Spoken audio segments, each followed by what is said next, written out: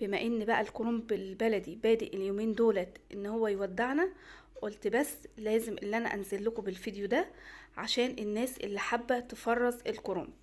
طبعا عارفين ان الكرنب التاني ما بينفعش ان هو يتفرز عشان في منه نوعية، اما بتتفرز وتيجي تطلعيه تحشيه بتلاقيه بيسود معاكي.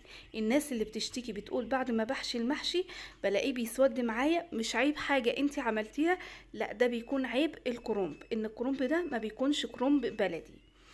انا زي ما انتوا شايفين كده عملت الكرنب وعملت الخضرة بتاعته، وزي ما انتوا شايفين الخضرة بتاعته لونها زي ما هو محتفظ باللون بتاعه.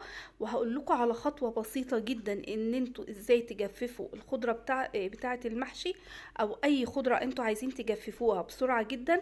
ممكن معظمنا بيكون عارفها عشان تحتفظي باللون بتاعها.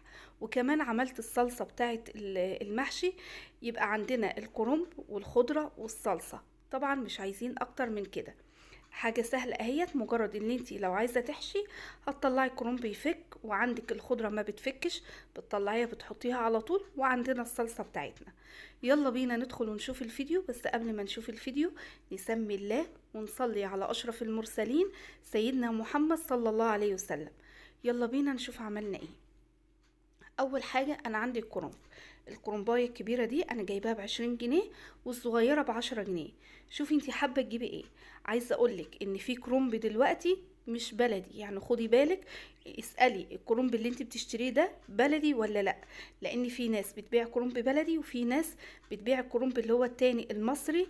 وفي نوعيه كده اللي هي بتكون اسمها كرنب بطه.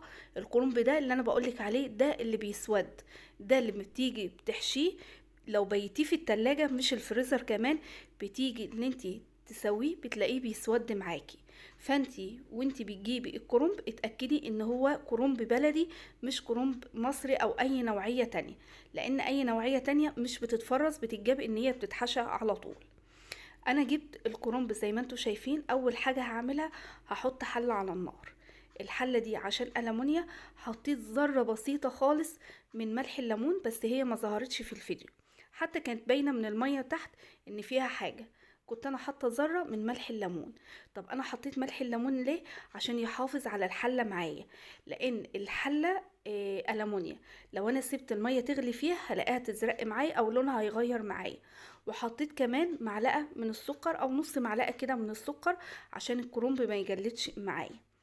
انا باخد الكرنب، انا بحب اللي انا اسلقها كده على بعضيها بشيل كده اول كام ورقة فيها، وبعد كده باخدها يعني اقورها من النص. اللي انا اشيل اللي في النص ده خالص، عايزة اشيل القلب بتاع الكرنباية، لان القلب ده اللي بيكون ماسك فيه العروق او ماسك فيه الورق بتاع الكرنب. فانتي ما بتشيليه بتلاقي الكرنب بتفكك معاكي، سواء بقى انتي حابه ان انتي تسلقيها على بعضها او حابه ان انتي تفككيها ورقه ورقه براحتك.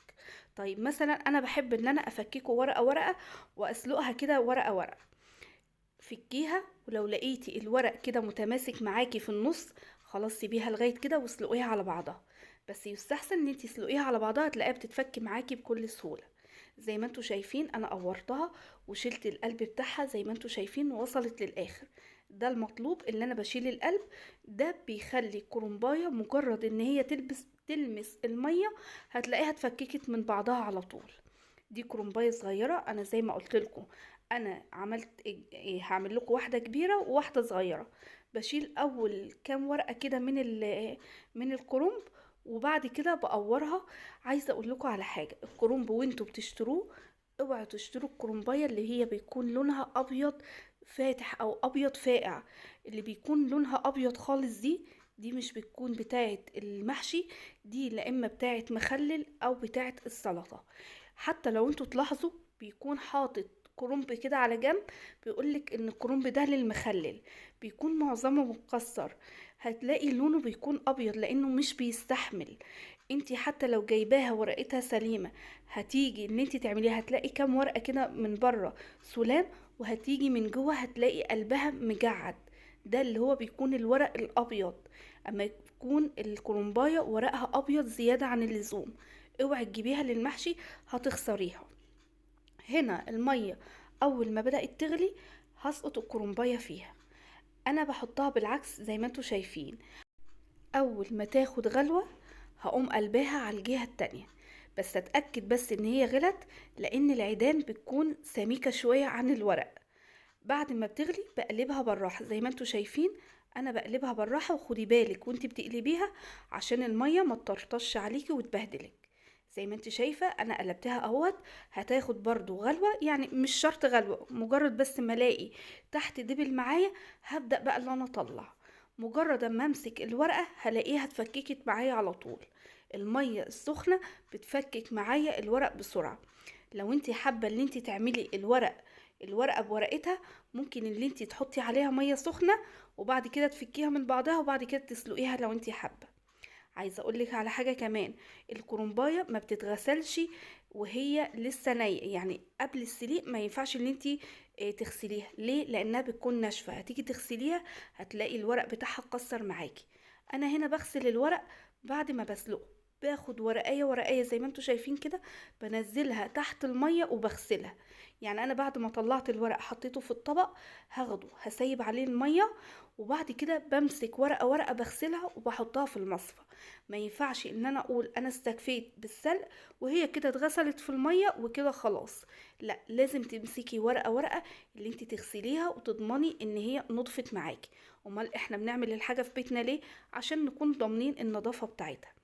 انا هنا بعد ما شلت كام ورقة لقيت ظهر بقى، بدأ يظهر ان هو لسه ما اتعملش. هرجع اقلبها تاني على العروق بتاعتها، مجرد كده حاجة بسيطة ان هي تاخد غلوة، وبعد كده هقلبها على الجهة التانية. مجرد ما بقلبها على الجهة التانية شايفين باجي اشيل بتتفك معايا بسرعة. وعايزة اقولك ان الكرنب لما تيجي اللي انت هتعينيه، مجرد بس اللي انت بتشمميه النار، ان هو بس بيشم النار كده وبتطلعيه. انا مش عايزاها ان هي تتسلق، لا، مجرد ان هي بتطرى وبتطلع معايا زي ما انتوا شايفين. انا هنا هعمل اول واحدة معاكم لاخرها عشان تشوفوها للاخر. وعايزه اقول لكم برضو، طول ما الميه معايا نظيفه انا بحط كرومب على بعضه، لكن اول ما بحس ان الميه خلاص اتسخت معايا بغيرها، بحط ميه جديده، واحط ملح لو انا ملح ليمون لو انا هعمل في حله ألمونيا، وبعد كده بحط النص معلقه السكر او معلقه السكر. ده لو الميه حسيت ان لونها غير معايا. هنا كمان ما ينفعش الا انا اسلق الكرنبايه واحط كل الورق على بعضه واقول في الاخر اغسله. لا، كل الورق اللي انتي بتطلعيه اول باول كده حطيه تحت الميه واغسليه عشان الكرنب ما يتهريش معاكي. الكرنب البلدي بيكون الورق بتاعه رقيق، مش بيستحمل، وكمان مش بيستحمل في السليق. خدي بالك. طب اعرف منين ان الكرنبايه دي كمان ان هي مش بلدي؟ هتلاقيها بتاخد وقت معاكي في السليق. انما دي زي ما انت شايفه، مجرد اللي انا بحطها بتطلع على طول. الورقه بتاعتها بتكون رقيقه مش مستحمله. باخدها، انا هنا بحط تحت الميه، انا حاطه الطبق تحت الميه ومسيبه عليه الميه. اللي انا بغسل وبحط على طول. يعني مجرد ما بغسل بلاقي ورقه تكون اتعملت، بغسل بلاقي ورقه تكون اتعملت، لغايه ما اخلص وما بحسش بتعب بقى ولا اي حاجه، لاني اول باول كده بكون مخلصه. هنا دي قلب الكرنبايه خلاص بفكك. وانتي بتشيلي الورق ما تشيلهوش من الورقه ذات نفسها. كل ما تكون الورقه كبيره شيليها من العروق عشان ما تتقطعش معاكي. طبعا الورقه بتكون تقيله، هتيجي تشيليها من الورقه بتكون خفيفه، يعني الورقه من تحت كده هتكون خفيفه، هتلاقيها اتقطعت معاكي. فحاولي ان انت تشيليها من العروق بتاعتها.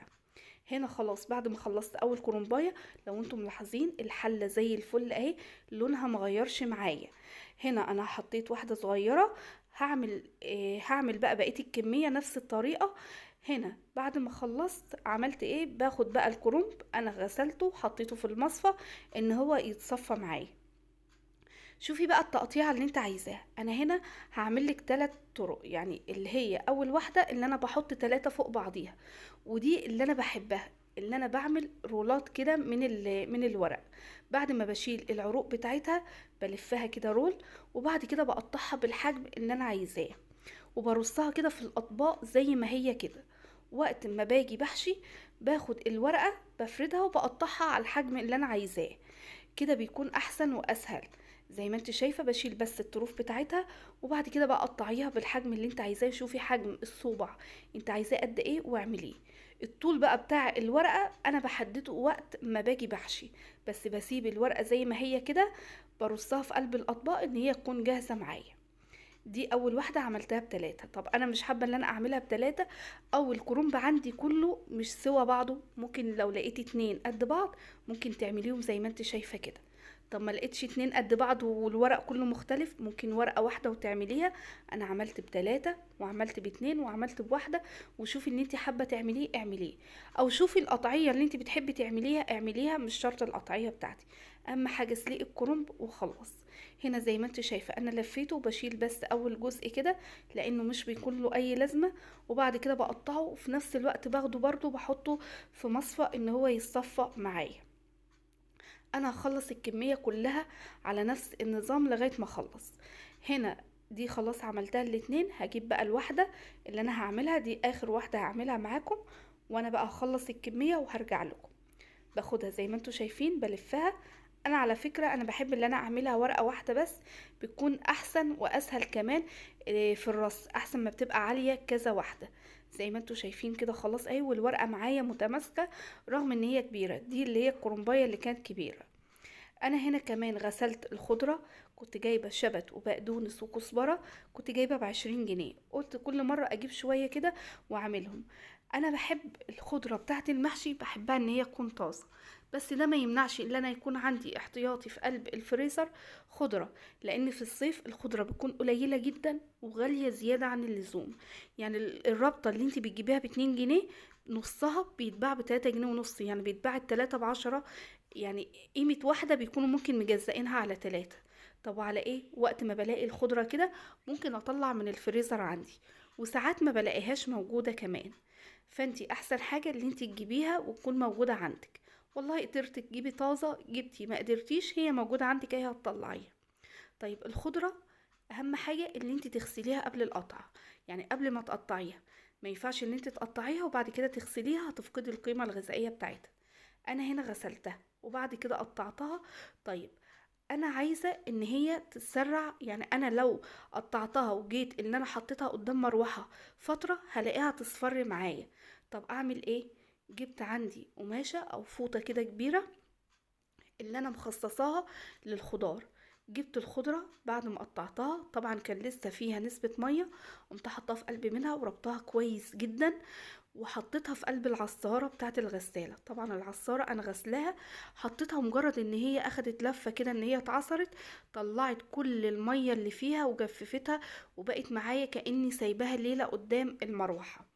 ده بيحافظ على لون الخضرة، لانك لو سبتي الخضرة فترة طويلة قدام المروحة هتلاقي لونها غير معاكي، وممكن كمان اللي تحت هتلاقيه عمل ريحة مش كويسة، لانك طبعا انت سايباها فترة مش بتقلبيها، مش كل شوية هتروحي تقلبيها، فاللي تحت هتلاقيه عجن معاكي او لونه غير معاكي وريحته بقت وحشة. فده احسن حاجة لو انت عندك الغسالة ليها عصارة، اربطي كده قماشة، حطيها في قماشة واربطيها وحطها في قلب العصارة هتتعصر معاكي بسهولة. وكمان عملت الصلصة، انا ممكن انزل لكم في فيديو تاني عمايل الصلصة ازاي، بس انا ما حبيتش ان انا اطول الفيديو عليكم. الفيديو بتاع النهاردة كان غرضه ان انتي تلحقي وتجيبي الكرنب وتفرزيه. ده فيديو النهاردة، يا رب يكون نال اعجابكم.